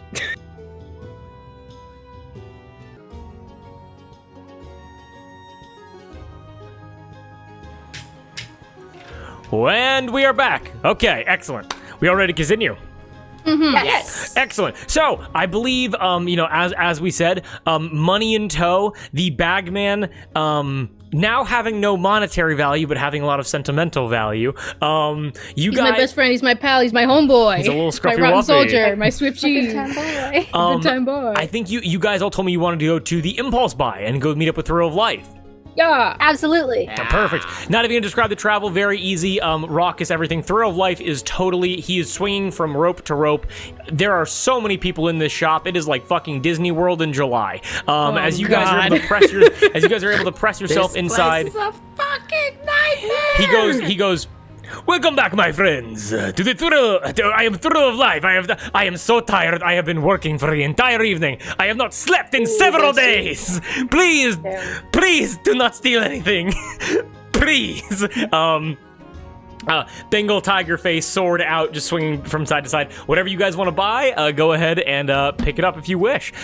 You guys can exchange all of your gold, all of your valuables. You can exchange your valuables for gold. Emmon's crown will be worth 200 gold. I completely forgot what it was worth. I was unable to find it. 200 gold for you, Olive. You guys can exchange all those gold bars. Will everybody want to tell me what they are buying if they are buying anything? I plunk Emmon's crown on the counter and say, "Don't worry, the only stealing we have done is from the person that this belonged to, but I would like to sell it so that it can go to someone else, or it can be a nice trophy in your shop." Thrill of Life looks down at the crown and looks back to you all and goes, and like just kind of that cat-like purring as he goes, "Olivine, I simply must have this in my shop." It is yours, and please call me Olive. Of course, Olive. For now everybody can gaze and look upon the man that killed Emmon. As he takes the crown and puts it up directly on the wall behind his little counter. 200 gold over to you. I will take 100 for myself, and I'll put 100 for the ship fund. Okay, absolutely awesome. As best she can, Olive kind of like wanders throughout the shop. And I think she stops when she comes across same style as the dresses she's been wearing, but a like deep, like midnight, almost black midnight blue dress with a matching bandolier across, a leather corset with like black leather corset with like themes of green strewn throughout it, and is kind of like transfixed on it, and like kind of like a bride at a like wedding dress sale, like snatches it before anyone else can think about it, and brings it up to Thrill of Life and says, "How much is this?"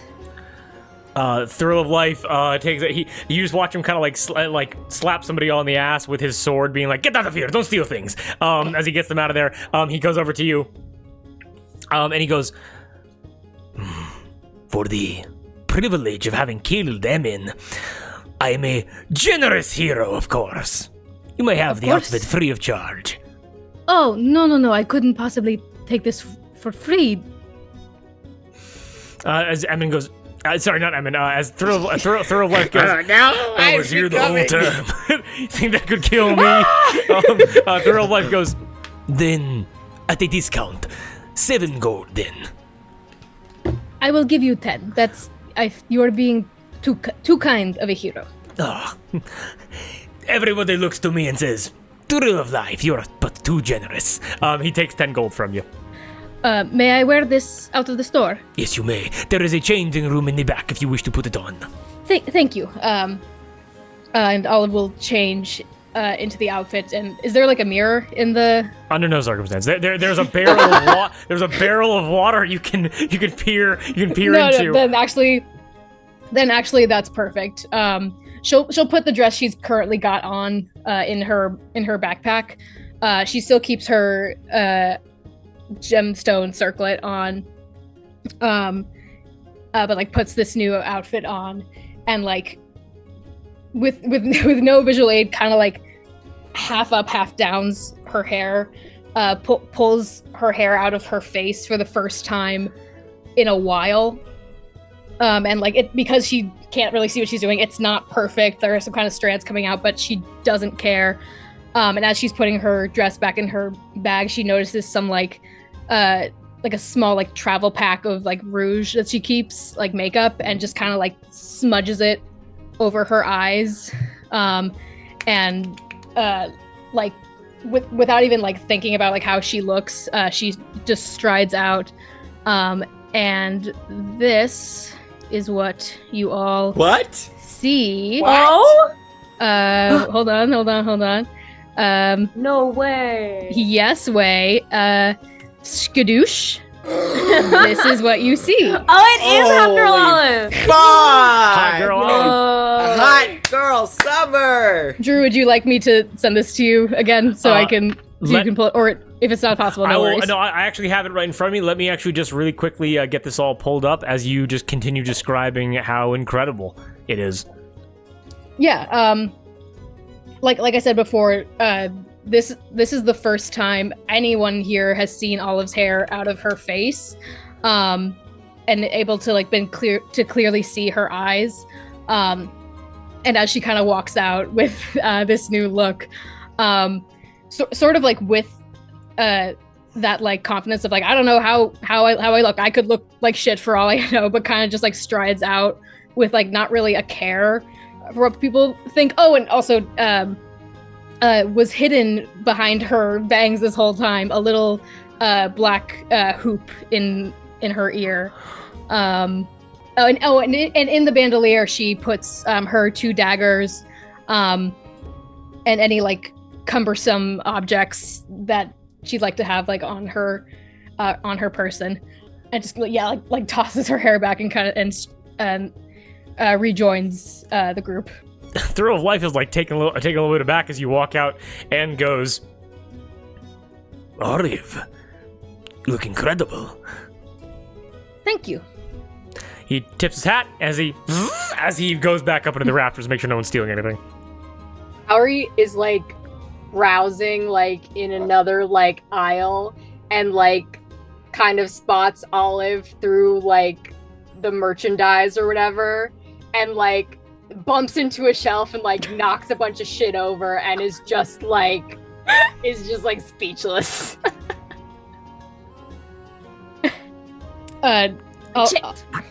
Olive will help Kaori pick the stuff up. Are you all right? Here, let me help you with this. Yeah.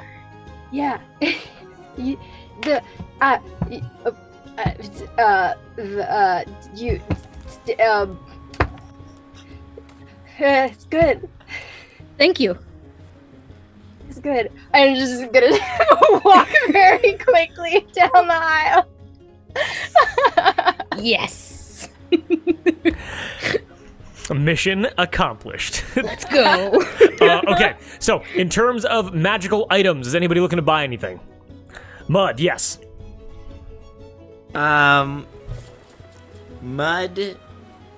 thinks back to a couple things. The first thought he thinks back to is his time.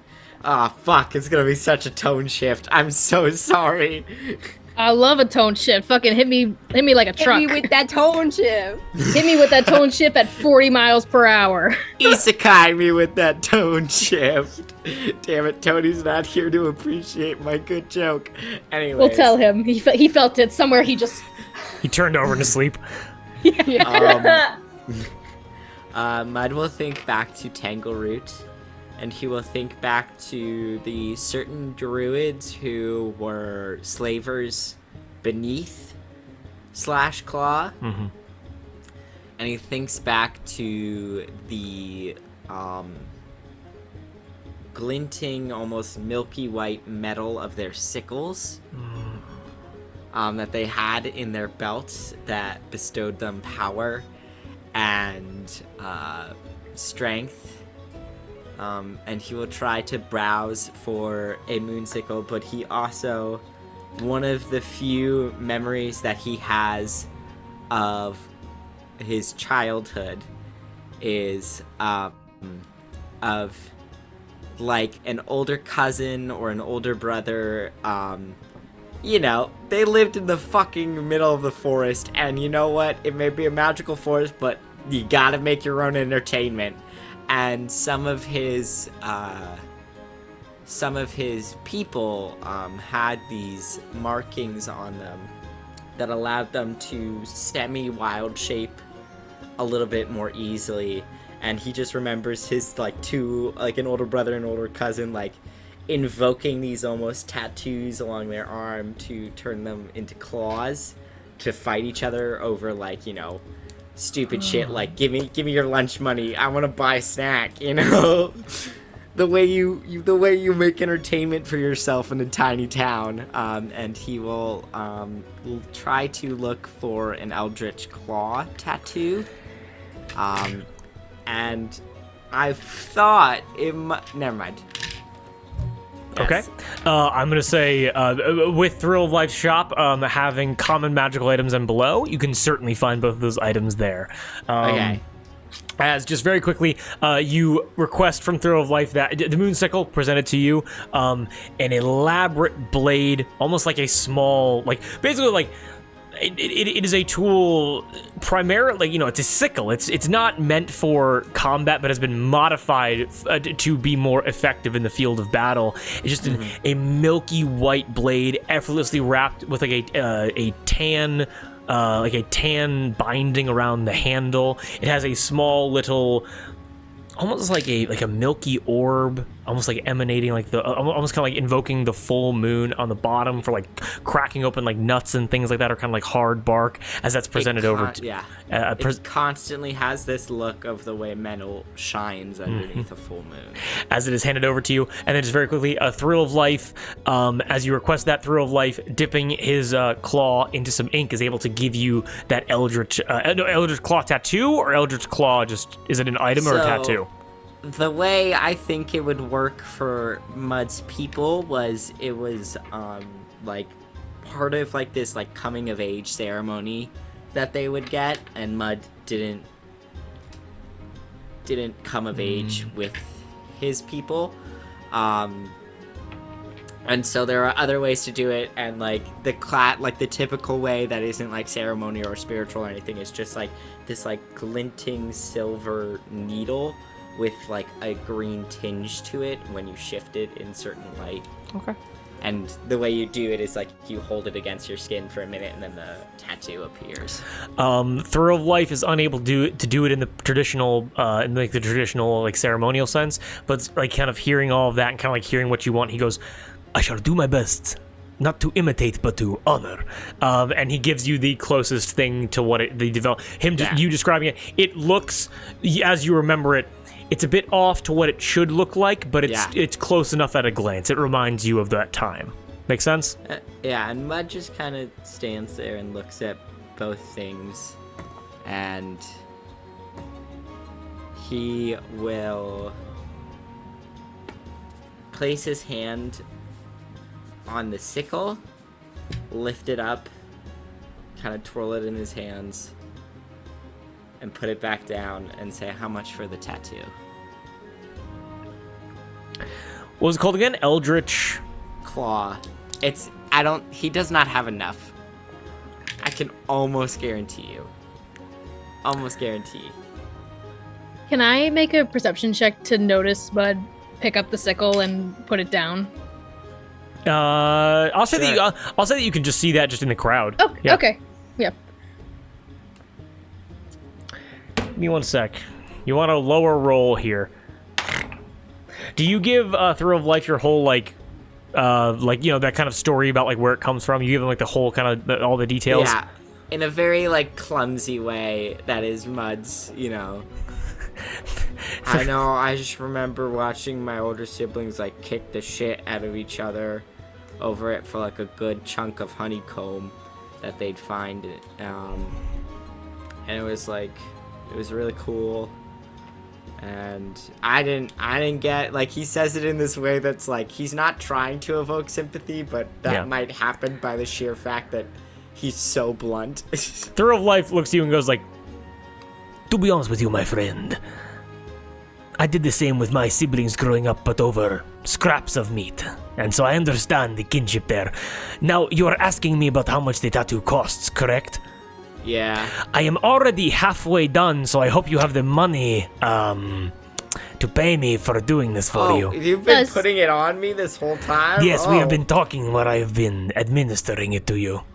Oh, I thought you were just going to give me the needle, but it's looking good.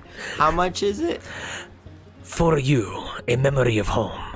And Thrill of Life looks at you. He made a perception check. He rolled pretty high on it. He looks to you and he goes, Saw the sad sack of shit in front of him. he goes, Little meow meow. 120 gold should be fine. However, I will say that if you are unable to pay that, would you be willing to owe me a favor? Mudge will open his bag and just scoop out a handful and be like, "Can you help me count?" Oh, my poor boy. As Thrill of Life helps you count, do you have enough gold for that? I do, Drew. I have 645 pieces. I forgot you just got paid. Yes, so you are easy. So yeah, so Moonsicle, I believe, costs. What does Moonsicle cost? Moonsicle is like it's an uncommon. It's like, you know, it's not gonna be. Mud. I think also Mud made the conscious choice to choose the tattoo over the sickle. Oh, so you did not get the sickle. Yeah. You get the tattoo, so it's only 110 gold for the tattoo. Then you just subtract that from your inventory. Yes, Yeah. Olive. Can I, seeing that, like swoop up to Thrill of Life? I'm Thrill of Life. Forgive me. There was one thing I want to purchase. Do you have flintlock pistols? The Thrill of Life kind of looks to you. You hear, Olive. I was hoping you'd ask. As Thrill of Life just pulls out a fucking box of unloaded flintlock pistols. Oh God, are all the safeties on for this? Please tell. They are unloaded. What do you think? They're going to explode in the middle of my place? I mean, maybe if you accidentally left a bullet in one. Yes, they are all completely unloaded. They are now all completely unloaded. My leg! Wait, do I have a screaming sound effect? I do. There we go. With all that, yes. I imagine Olive, that's the Duke. You want after getting shot in the foot. Just screaming. How much do flintlock pistols cost? Let's look this up. Yeah, for anybody that's watching right now, I don't have all this shit memorized. Obviously, I'm not a goddamn fucking almanac. How dare you? D&D. How dare 5e. you? It does not cost that much. Jesus. How much is it? These damn It will be Dunlops 25 gold squeeze for a me. flintlock pistol. 25 gold. Very well. And throw in the. Do you have a moonsicle? Mud, your tattoo is finished. As Oh. Haha. If yeah, I do this, it kind of looks like a face going, "Oh, wow." looks at you, Olive. He puts the moonsicle onto the counter and goes, "An incredible captain you will be, always caring for the needs of the crew." I put a finger to my lips and wink at him. How much for both? Not a goddamn clue for the moonsicle. I have need it to go pulled to up. Don't Google. worry. Thank you, Olive. You okay? You okay? You okay, Darby? My rolling chair was rolling away. Oh no! Oh no! I no longer wish to be part of this narrative. Ooh. I bumped into something. A +1 moonsicle is 1,000, which I believe I have. You 1,000 gold? Yeah. Holy shit! You guys are rich. And the gun was 25. Yeah. So 1,000, 20. Mud can give you money too. Let me do something nice for you. Oh, thank you, Fred. Olive, as you receive that flintlock pistol, it fits very comfortably in your bandolier. Yeah, I think like looking at the box, she would pick like a one that matches her outfit the best, like the darkest wood or a dark Pistol? oak and a black iron combined yeah. together. It almost looks just like a black pistol, basically. Yeah, she would pick that one, put it in her bandolier, and like Across the chest. inspect the sickle, and say to Thrill Life, say thank you. Anytime, Captain. With that, Delilah or Cowrie? Anything else? Okay, yes. Sorry. No, it's up. And as Thrill Life swings away, we'll turn to Mud and say, "You need a weapon, don't you?" I got hands, but why? I saw you eyeing it. I thought it would look nice for you. Oh. Is this is this a gift? Yes, Mud. Huh. This is nice. Here, I picked another flower out from your flower bushes, from the tavern for you, but I think this is technically vandalism because it was your flower. Mud, I don't care. Thank you. We'll take the flower and put it in her hair. A slight Yes. bit of color contrasted to the almost all black outfit you're wearing now. Mm-hmm. Use it well, and I will hand the moonsicle over to Mud. Cut myself. It's fine. It's fine. It happens all the time. All the time. An absolutely wonderful exchange. Cowrie, Delilah, what are you guys getting? I have a question. Yes. Is it only common items and below, or can I get an uncommon item? What is the uncommon item? Could I get some gloves of thievery? I'm going to look up what those do, because there is a high chance I'm going to say no. That's okay. Drew, technically the moonsicle is uncommon.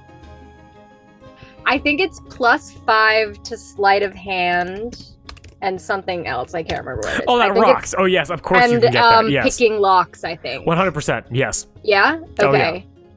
I'm going to get one of those. Yeah, sleight of hand and picking locks.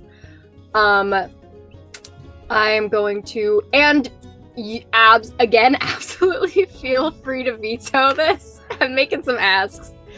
Can I get 2 3rd-level spell scrolls, both for sending? Oh, absolutely you Yeah? can do That's that. Oh, cool. yes. Yay. Oh, yes. 100% yes. Okay, excellent. I'm gonna do both of those. I'm gonna throw in 2 regular potions of healing. Okay. I want to get. Sorry, I'm getting a bunch of random shit. Good. I want to get a bunch of I just want to find either a bunch of colorful clothes or a bunch of scrap cloth, maybe a couple of gold worth, and a sewing kit maybe. Okay. And I also want to recently I had some new proficiencies after awakening from my trip. And maybe finding a section with some musical instruments in it. Cowrie finds himself drawn to a concertina, which is it's sort of like an accordion, but it's the one that kind of fits in your hands and picks it up, and all of a sudden is just knows how it works and knows the buttons and the notes and the tone and the length of the sounds, and just has to have it. Yes. And so those are, I'm not sure how much that would be. I was looking at the thing for instruments on the general store. They kind of vary. Is 10 gold okay? Yeah, we'll make it easy. So 10 gold for the instruments. So how much are the scrolls and the gloves? Okay, the gloves are 600 gold pieces. The spell scrolls are 250 a piece. So 1,100. And the potions are 50 a piece. And how many potions are you getting? 2. So it's gonna be 1,200 gold total. Okay. And then we'll say for the instruments and the scraps of cloth, let's say it's an extra 20 gold. So 1,220 gold total. Make sense? Okay, excellent. For the gloves of thievery, so do you ask Thrill of Life for that? Yes. He goes, now I do like you people because you have actively, you have paid for everything. So give me 1 second. As he goes under the counter and picks up 2 gloves of thievery, as he goes, again, just 1 second. He picks the gloves up by the middle fingers, and you watch as 2 human hands fall out of the gloves. As he goes, there was someone who came in and tried to steal, and so there was, action had to be taken to stop that. But I believe the gloves functioned well. It was just the person was not stealthy enough to kind of get out of the way. So, but just hope they will work well for you. But, as he looks at you, he's like, his eyes kind of move as he goes, but I have enchanted them so that they do not work in my shop. So, yes. That's very smart. Yes, yes, of course. And he slides them across the table to you. Take them.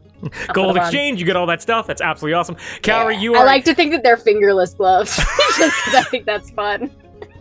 Like fingerless leather gloves. No, they are full fingered gloves, but you buy them and you just take a knife and you just cut the fingers off of them. Oh, absolutely. And now, Kaori, with like all the stuff that you have, all your janglies, you now just have like 2 folded scrolls just kind of like across like one of your leather straps across your chest. Like, kind of makes sense. Yeah. Oh yeah. So you're just like you're like one of those like walking one-man bands. Oh yes. I'm fully on my way to Clump and Cleric. Yeah. Delilah, anything you want to get? Delilah definitely will be browsing, but not get anything, because at least at the moment in my inventory, I don't have any money. I have money. No, I don't need anything. Oh, listen, all I need is 50 gold so I can continue to eat. But honestly, I was fully prepared to turn over all of my money. So please, take it with you. I don't like the way it sounds when the coins are rubbing against each other. I will hold it for you, but if you ever want it, just ask me for it. If you know where like there's places to get good food, that would be nice. Have you ever tried Alator food? Like that kind of cuisine? No. Okay, you stick with me, okay? We'll go. I know a place. Incredible. Don't you need to like?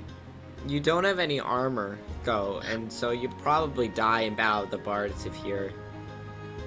I do have armor. I just conveniently for them was not wearing it. But I do have armor. I do have. What else? What else would I have? Weapons. Yeah, so I do have a sword. Delilah then is gonna grab a potion of healing.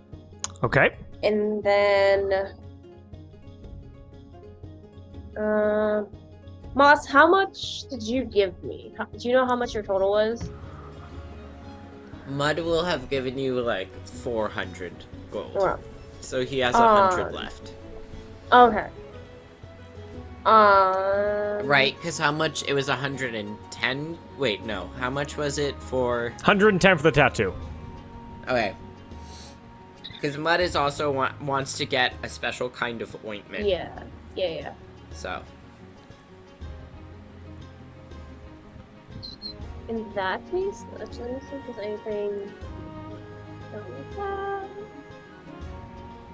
The only other thing Delilah was looking at would have been the boots of false traps and then the mask charm, both of which are things that would help her stay hidden. But the boots are 100 and the mask and charm is 200. So I think for now I'm just gonna grab the potion of healing. Okay, And then maybe come back for those. Yeah, you can get those. Is there enough money? I don't. 400, yeah. So it'd be 300 gold for both of them, so you can get both of them if you want. You sure? That's a lot of money. Yeah, I mean, honestly, I don't really care for material things. I like food. Okay, I'll buy. I mean, the this boots. is important because it was a gift, and it's yeah, I know why it feels good to get gifts. But yeah, I just need to get one more thing, and then yeah, make a tiny little house out of the coins if you want. I don't really care. Throw them in a river. Make a wish. So I'll buy the boots, the charm, and then potion of healing. So in total, that'll be $350. There you go. Not a problem. The boots and the remainder of the items that you are requesting are handed over to you, and we are all going to do a lot of research to know how all this is going to interact. Please add it to your inventories, and I'm going to do some thorough research on all of this, just so you guys know. Yes. Mud, before they go, I think it's like 50 gold, or I'll figure out the purchase, like it's enough, but he's going to buy, I don't know how to pronounce this, the like D&D name, so I'm just gonna call it a healing ointment, and just have that in his pocket. Yeah, we'll call it... It does special stuff. We'll say 50 gold for that. Also, Moss, I realized a couple days ago, your Mud is not officially in the campaign thing, so I can't see your inventory. I will send you that link after the session is done. Make sense? Because I need to know everything. Because this is a lot of checks are being written right now that are going to need to be cashed soon. With all that, any more shopping, any more exchanging needed to be done in Throw of Life shop. Can I exchange my crossbow for the pistol? Yep, you can get 25 gold back. I'll say it's just equal cost there. You get 25 gold back in your inventory as your crossbow, which you have used to shoot slavers and in sporadic events that has served you well, disappears over the counter as a flintlock pistol across your chest takes its place. Sick. Sound good? Yeah. Okay. Well, guys, congratulations. Tons of shopping done, bacon acquired. Next, are we... And, of course, we have the ship fund. Why don't we talk about ship repairs out of session? We'll talk about it in the Discord. We'll go over costs and everything like that just to kind of keep the momentum going. That sound good? Sound good. Okay, absolutely awesome. Next, ex-husband murdering. Correct? Ooh, yes. Yeah. As you guys walk out of Thrill of Life's... as you walk out of the Impulse Buy back into the crowded streets of Livenline, how do you guys bring that up? The idea of a contract killing, given. Well, I think Cowrie's the only one who knows about it. Oh, yeah. And her Cowrie and her, who isn't here, are the only people who know about that. As we walk, I was gonna say, so I have a proposal to make of something to add to our to-do list before we leave the arbor.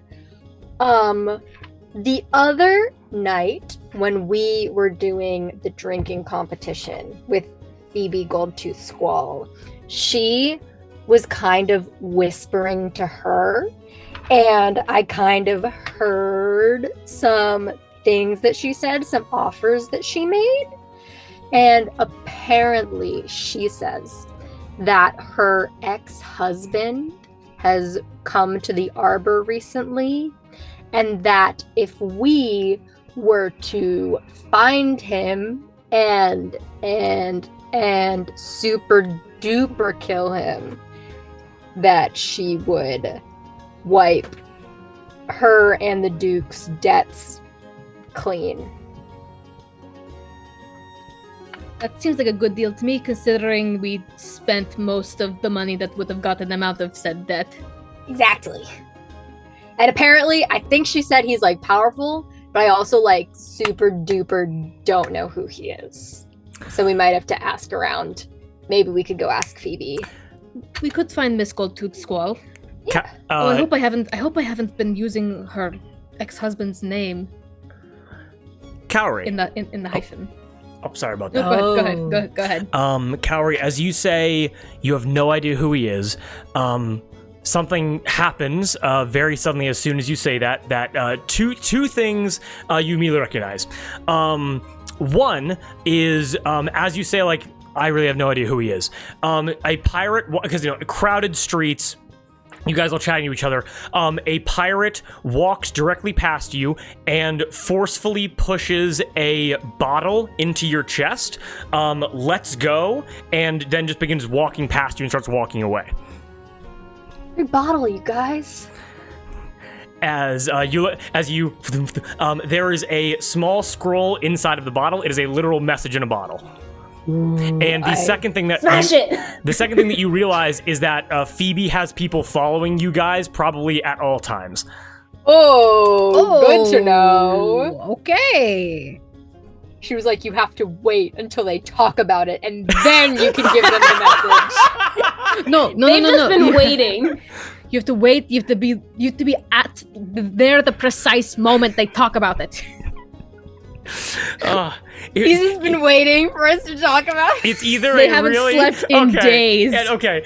Part of me is like that's a really cool fucking thing, and the other part of me is like that absolutely makes sense of how fucking stupid that is. Of like, now look, you can't give it to them until they like literally the second that they mention it. I want you to get that.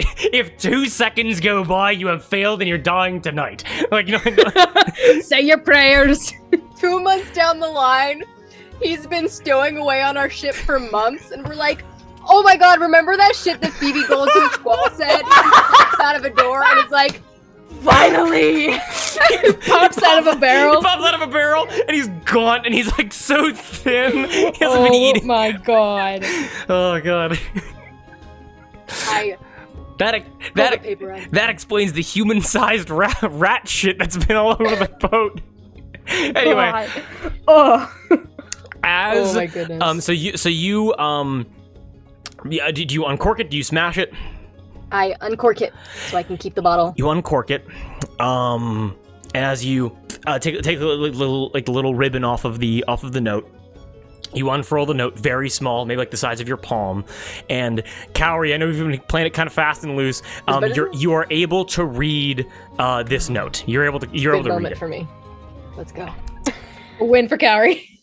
And Cowrie, as you read this note, your heart drops.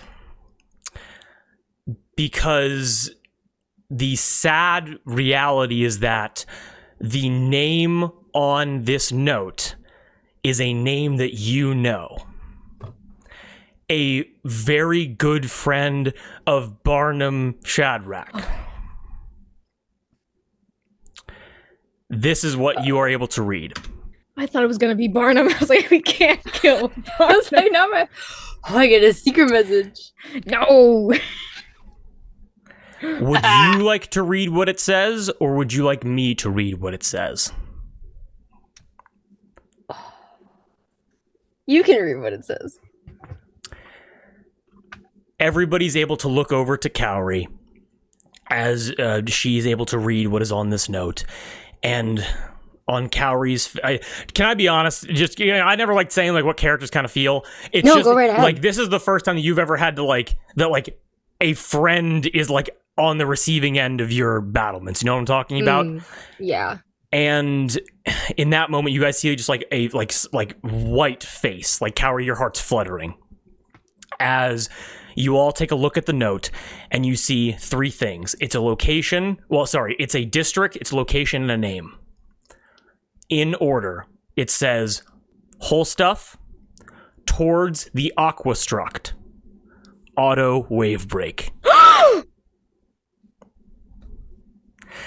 And that is where we're going to end tonight's session. No! No! You son of a bitch! Who's Otto?